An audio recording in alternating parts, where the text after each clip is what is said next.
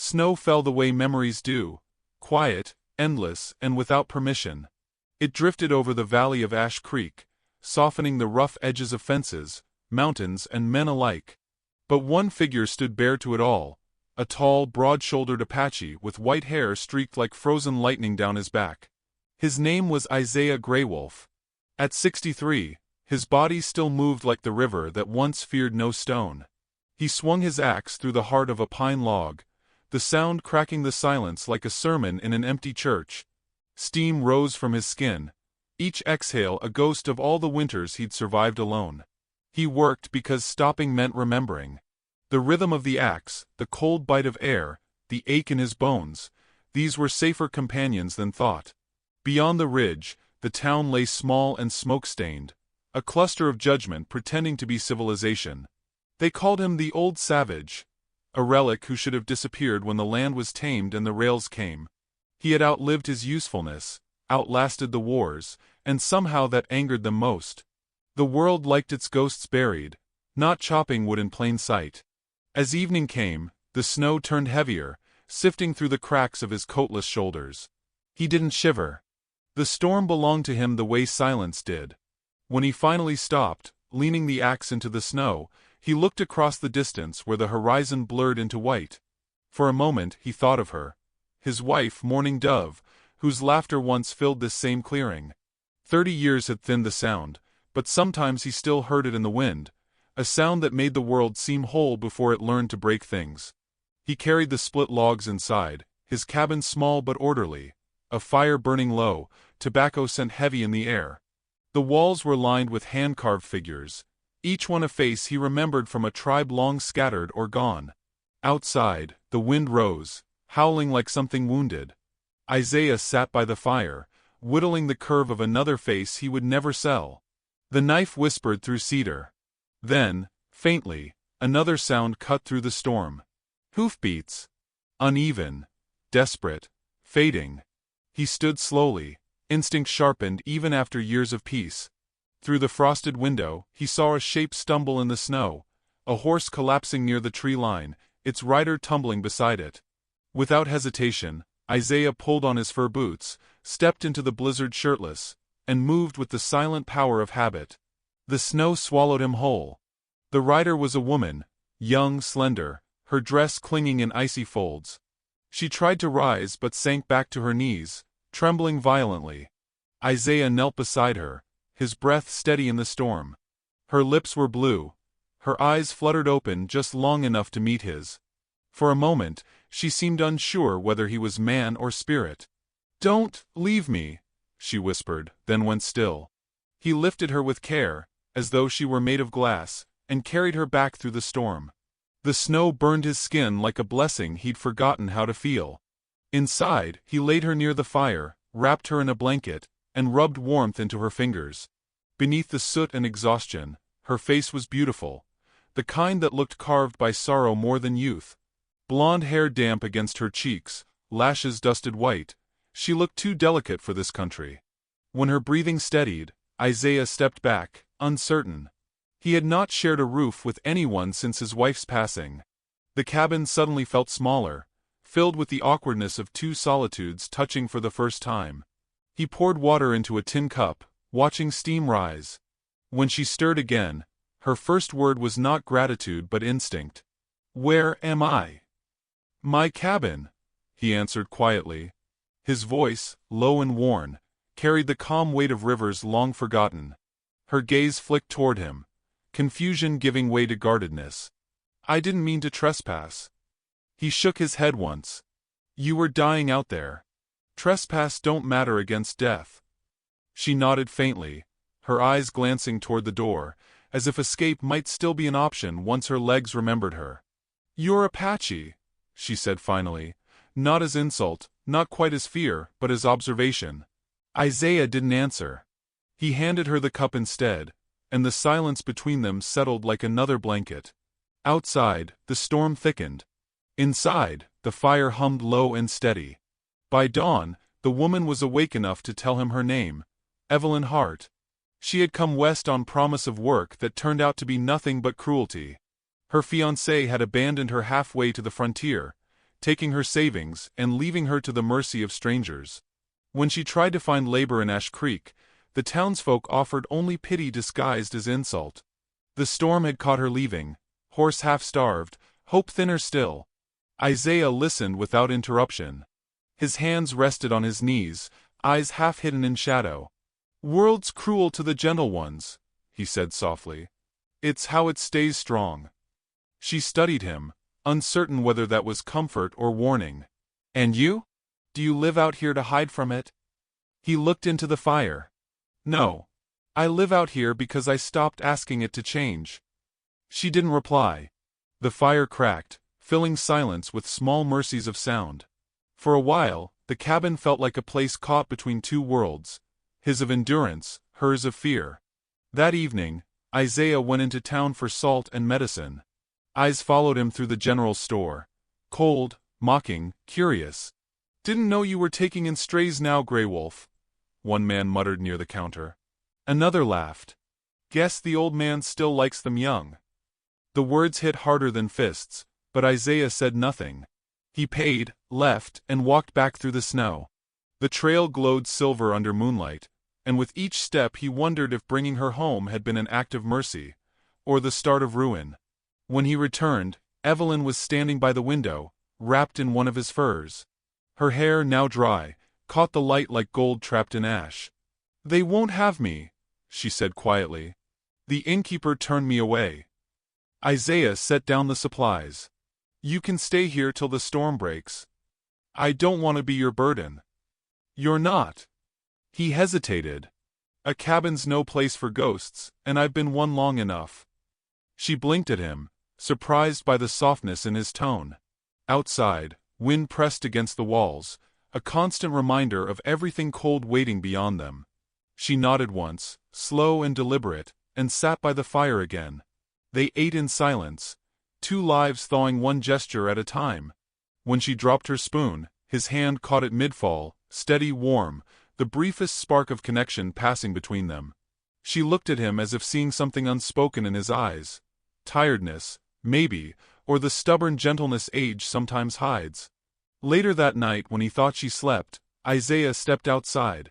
The world was all silver and quiet, the kind of beauty that hurts to look at alone. He stared at the faint glow of town lights in the distance, hearing the echo of their laughter in his skull. "Too old," he whispered to no one. "Too much." He closed his eyes, snow settling into the lines of his face like forgiveness. A sound broke the stillness. The door creaked open. Evelyn's voice, small but clear, drifted into the cold. "I'm sorry for what they said." He turned. She stood in the doorway, shawl clutched around her, eyes reflecting the fire behind her. "They don't know you," she said. Isaiah's gaze softened. "Nor do you." "Then maybe I will." Her breath fogged the air between them. "At least until the storm passes." He said nothing, only nodded once, slow and measured. She smiled faintly, a fragile thing that looked like sunrise through mist, then stepped back inside. Isaiah lingered a moment longer beneath the falling snow, the wind carrying her words through the night like a vow he hadn't expected to hear again. For the first time in years, he felt the ache of possibility, dangerous, fragile, human. The snow whispered around him, and the fire inside his cabin burned brighter, as though it had been waiting for her all along. Morning came pale and slow, seeping through the frost-laced windows like a timid visitor unsure of its welcome. The fire had burned low during the night, and the cabin smelled faintly of cedar smoke and thawed leather. Evelyn sat wrapped in Isaiah's old fur, hands curled around a tin mug that steamed against her face. She looked fragile in the light. Young, yes, but not soft. Her eyes carried the calm of someone who had already stood through storms that promised to end her. Isaiah moved with quiet precision, stirring the fire back to life. He had lived too long in silence to fill it with words now. Every gesture he made was deliberate, as if he feared startling her back into the world she'd fled. Outside, the snow still fell, though softer now, like ash after the world's last fire. "You don't have to stay," he said without turning. "I know," she answered. Her voice was small, but steady. "I have nowhere to go, not until the road's clear." He nodded once, as though confirming a truth he already knew. The sound of the fire cracking filled what might have been comfort, or might have been loneliness. Evelyn rose and began to move about the cabin. She gathered bowls, folded the spare blanket, and straightened the cluttered shelf. Her movements were careful, like a guest who feared being noticed yet wanted to leave a mark of gratitude. Isaiah watched her in silence, his weathered face unreadable. The rhythm of her small tasks made the cabin feel alive in a way it hadn't in years. When she caught his gaze, she hesitated. "I can earn my keep," she said. "I'm not a helpless thing." His mouth curved slightly, the ghost of a smile. "Didn't say you were. I just don't want pity. You won't find it here." Something in his tone softened her. She nodded, tucking a loose strand of hair behind her ear. They stood in that simple understanding, the old man who needed nothing and the young woman who had nothing left to lose. By midday, the wind began to fade. Isaiah stepped outside to feed the horses that wandered the nearby ridge, leaving her alone with the quiet hum of fire. She looked around at the tokens of his life, the carvings, the woven blanket marked with faded tribal patterns, the single photograph on the wall of a woman smiling beside a river. The tenderness in that photograph stirred something painful inside her. He had loved before, deeply, and it had survived him. She wondered what it meant to be loved by a man like that, one who didn't speak his heart, but carried it like a slow-burning coal. When he returned, snow clinging to his hair and shoulders, she offered him tea. He accepted with a nod. "You work harder than most folks in town," he said quietly. "They think I'm ruined," she said, staring into her cup. "A woman who travels alone is always presumed guilty of something." He grunted, neither agreeing nor denying. People need someone to point at. Makes their own hurt smaller. She looked up then. "And you? They talk about you too." He chuckled low in his chest, a sound both bitter and calm. "I stopped listening when I realized their words couldn't warm me." That night, as snow pressed against the windows again, they ate together. Isaiah shared the last of his dried venison, and Evelyn laughed softly when it nearly broke her tooth. It was the first time he'd heard her laugh, and it startled him, the way it filled the space like the return of birds after a long winter. But peace in Ash Creek never lasted long. The next morning, Isaiah saddled his horse to fetch flour from town. Evelyn offered to come, but he shook his head. "They'd talk," he said. "They already do. I'd rather not feed them more." Her jaw tightened, but she said nothing.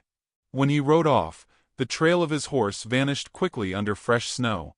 Alone, she tended the fire and tried not to think of the looks she'd seen when she first arrived. The women clutching their shawls tighter, the men smirking as though they knew a secret. By afternoon, Isaiah returned with his usual stoicism, but she saw the tension in his shoulders. He carried more than flour this time. He carried the weight of gossip. "What did they say?" she asked quietly. "Nothing worth repeating." "Then it was cruel." He paused, meeting her eyes. "They think you're your woman." She finished for him, a bitter smile ghosting her lips. "I heard worse. I can talk to them." "You can't talk people out of what they need to believe." He looked at her long and steady, the firelight catching the silver in his hair. "You've been fighting the world a long time, haven't you?" "Since I was old enough to know I didn't fit it." The confession hung between them. Then, quietly, he said, "You can stay as long as you need. I don't bend to gossip, and the storm's not done." For the first time, her eyes softened. "Why are you kind to me?" He turned back to the fire. "Because kindness costs less than regret." Days passed. The snow hardened into glass, the sky pale and endless. Their silence became companionable, the kind that said more than words could. She cooked, he fixed the broken shutter. She mended his torn shirt, he left an extra fur near her bedroll each night. Sometimes, when she thought he wasn't looking, she'd watch the way he moved, slow, deliberate, as if even his stillness had a purpose. One evening, as twilight painted the cabin blue, she spoke again. "Do you ever wish you were younger?" Isaiah thought for a long moment. "No. The young don't understand what time teaches. They think love's a flame. It's not. It's the wood that burns slow and keeps you alive when the world's gone cold. She listened, his words pressing softly against something buried inside her. She envied the peace in him, the unshakable calm of a man who no longer sought to be approved. The next morning, she gathered courage and went into town alone. She needed to show she wasn't hiding. But the moment she stepped into the general store, conversation died.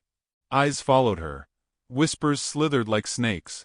"That's her," someone muttered. "The girl the old Apache's keeping." Another voice laughed low. "Guess she couldn't find a white man." She left without buying a thing, her cheeks burning with shame and fury. By the time she returned, her hands shook from more than the cold. Isaiah saw it instantly but didn't ask. He only opened the door wider and moved aside, letting her choose silence if she needed it.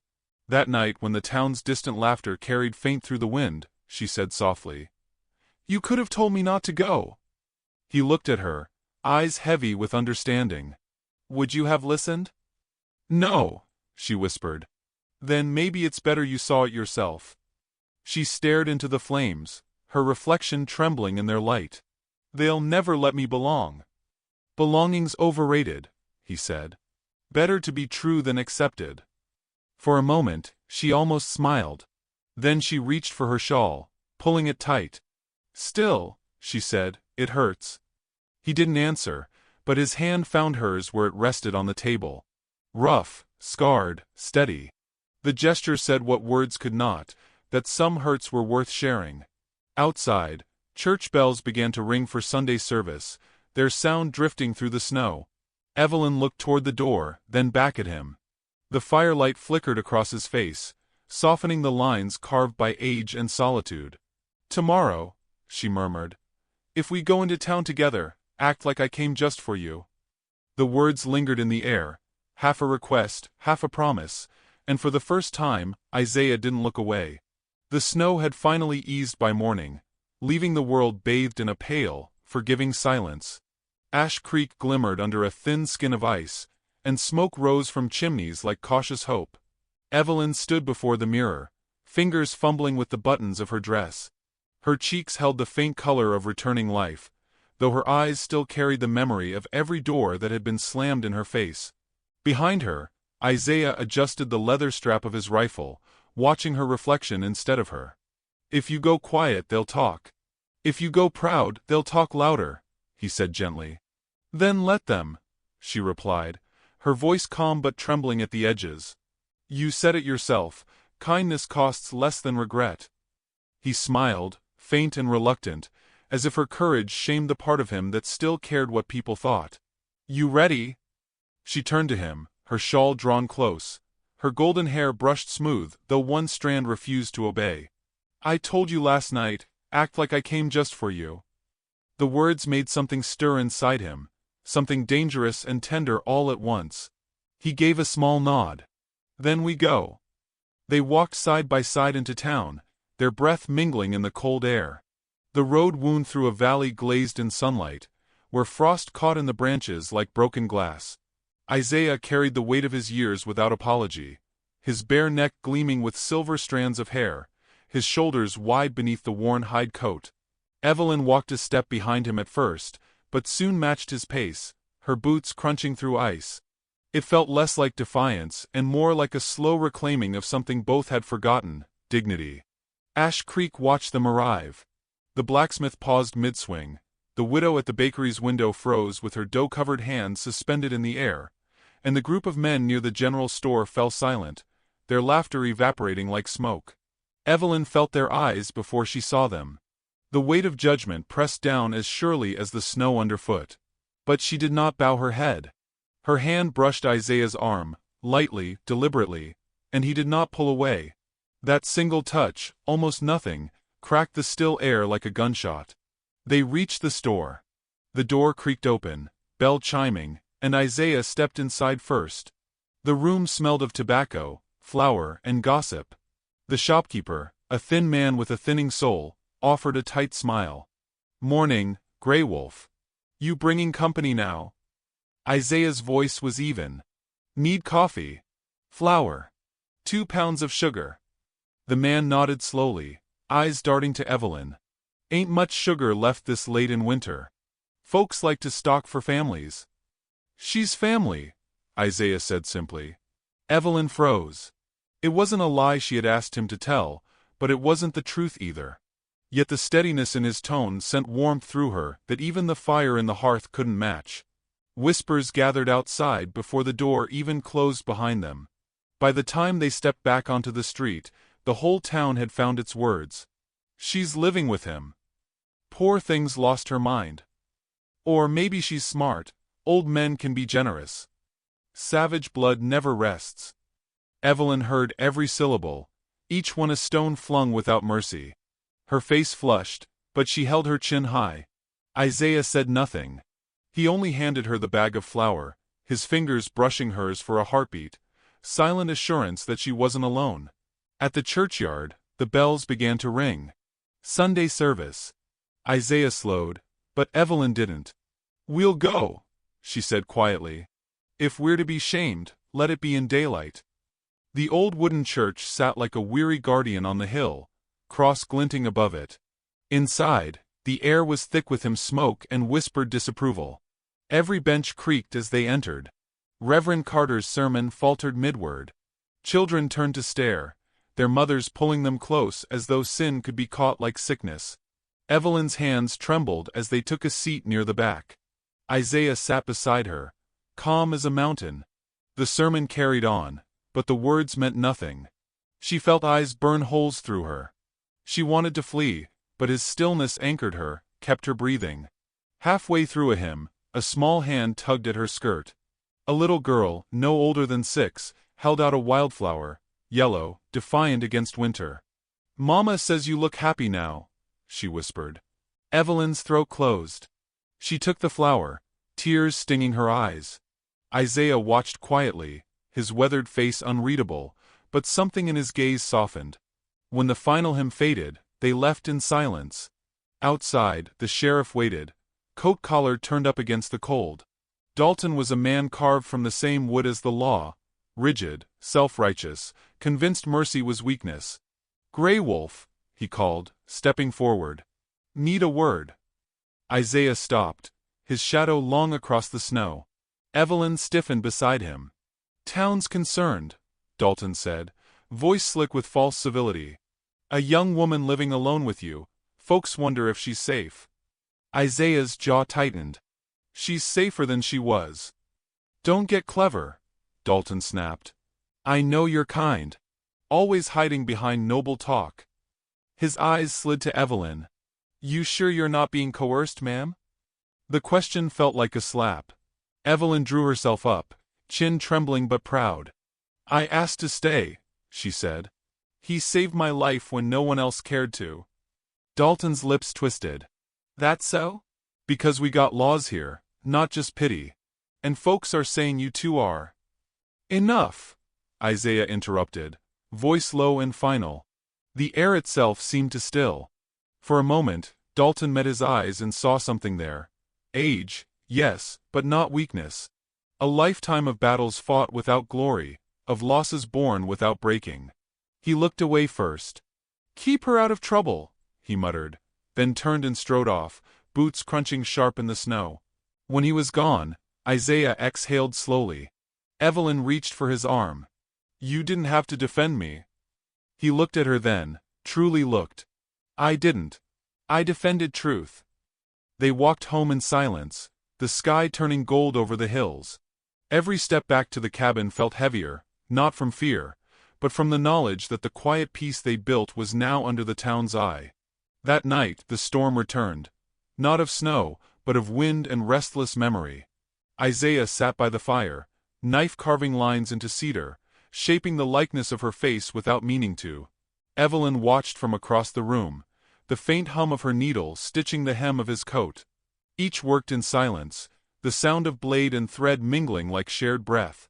She broke it first. "Why do they hate what they don't understand?" "Because it reminds them what they've lost," he said softly. "Freedom. Heart. Courage." Her gaze lingered on him. "And what about you? What have you lost?" He paused, knife stilling midstroke. "My wife." My people. My peace. Evelyn hesitated, then whispered, "And now?" He looked at her, eyes deep as the river under ice. "Now I've found something dangerous. Hope." The word hung between them, fragile and bright. She smiled, barely. "Maybe I have too." Outside, the wind howled across the valley, carrying with it the rumors that would only grow by morning. The church bell clanged once, lonely and hollow. Evelyn stood, draped his old fur across his shoulders, and said softly, "You shouldn't sit by the fire alone anymore." He looked up at her, the flames painting her face in gold and shadow. "And if I asked you to stay?" Her eyes glistened. "Then I already have." He reached out, fingers grazing hers. But before they could close the distance, the sound of hooves shattered the quiet. A rider approached fast through the dark, snow spraying under the horse's feet. Isaiah rose, hand finding his rifle, instinct sharpening. The door burst open, wind roaring through. Sheriff Dalton stood there again, breath ragged, eyes fierce. "Evelyn Hart," he barked, holding a paper up to the firelight. "You're under warrant for theft. Your former employer sent word. You took money and fled east. You're coming with me." The cabin fell silent except for the crack of fire. Evelyn's face drained of color. The flower she'd been holding slipped from her hand, falling into the ashes at her feet. Isaiah stepped between her and the lawman, his voice steady but edged with danger. "She's not going anywhere." Dalton's grip tightened on his revolver. "You'll hang for harboring a thief, old man." Isaiah's expression didn't change. "Then I'll hang warm, standing between her and men who've forgotten mercy." The wind slammed the door shut behind them, trapping the three of them in the glow of the fire, the accused, the protector, and the man who called himself Justice. Outside, snow began to fall again, quiet and unending, as if the heavens themselves had come to listen. The sheriff's words hung heavy in the cabin, louder than the storm itself. Evelyn's breath hitched as the warrant flapped in the gust of wind that followed Dalton's entrance. Isaiah didn't move at first. He stood like stone carved by time, the firelight tracing each scar on his chest, every line of age earned in silence. The rifle at his side was still, yet his presence filled the room with a weight that made even the storm outside hesitate. Dalton's eyes flicked between them, sharp and accusing. "You harboring a criminal, Grey Wolf? Papers came by wire this morning. Employer down in Wyoming swore she ran off with his wages." Evelyn's voice cracked through the air, desperate but steady. "That's a lie. He owed me months of pay. When I asked for what was mine, he called it theft." Dalton sneered. "That's for the law to decide." "The law?" Isaiah's tone cut through like a blade drawn slow. "The same law that never came when they burned my people's land? When they hanged boys for speaking their own tongue?" He took a single step forward, and Dalton's hand hovered near his holster. Evelyn gripped Isaiah's arm. "Please," she whispered. "Don't." Isaiah's gaze softened toward her, but only for a heartbeat. "Go pack your things," he said quietly. "We'll face this together." Dalton scoffed. "She's coming with me. Alone." "You'll take her over my grave," Isaiah said, voice calm as snow but hot underneath, like coals waiting to breathe. The fire flared, a gust of wind feeding its light, and for a moment, the sheriff's face was bathed in gold. The look of a man who suddenly realized the danger of waking something ancient. He reached for his gun, but Isaiah's rifle was already raised. Outside, thunder rolled across the valley, echoing the war drums of an older world. Evelyn stood frozen, torn between terror and awe.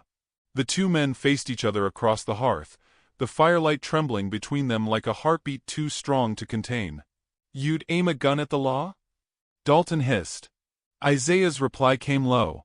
"If the law forgets mercy, it's already dead." For a moment, neither moved. Then Evelyn, shaking, reached into her satchel, the one she'd carried since Wyoming, and began pulling out the last of her possessions: a Bible, a comb, a folded letter. Beneath them, a sealed envelope, creased, weathered, stained with dust.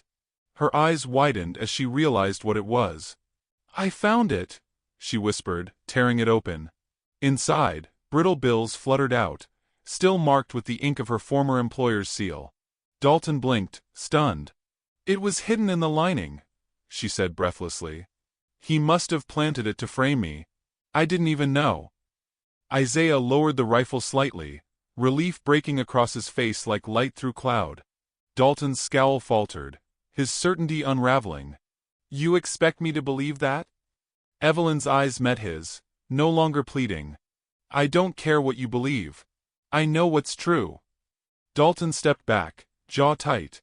"Fine. I'll take this to the judge myself. But you're both finished in this town." He shoved the warrant into his coat and turned to leave, but Isaiah's voice stopped him cold. "You came into my home with a gun drawn on a woman's honor," he said. "Leave it now with your pride. Nothing else." Dalton hesitated, then stormed out into the snow, slamming the door behind him. The silence he left behind was deafening. For a long moment, only the wind and Isaiah's ragged breathing filled the space. Evelyn stood trembling, the envelope clutched in her hand. He turned toward her slowly. The hardness in his expression melted into something fragile. "You all right?" She nodded, though tears shimmered in her eyes. "I didn't mean for you to get dragged into this." "I've been dragged by worse things," he said softly. "But none that mattered more."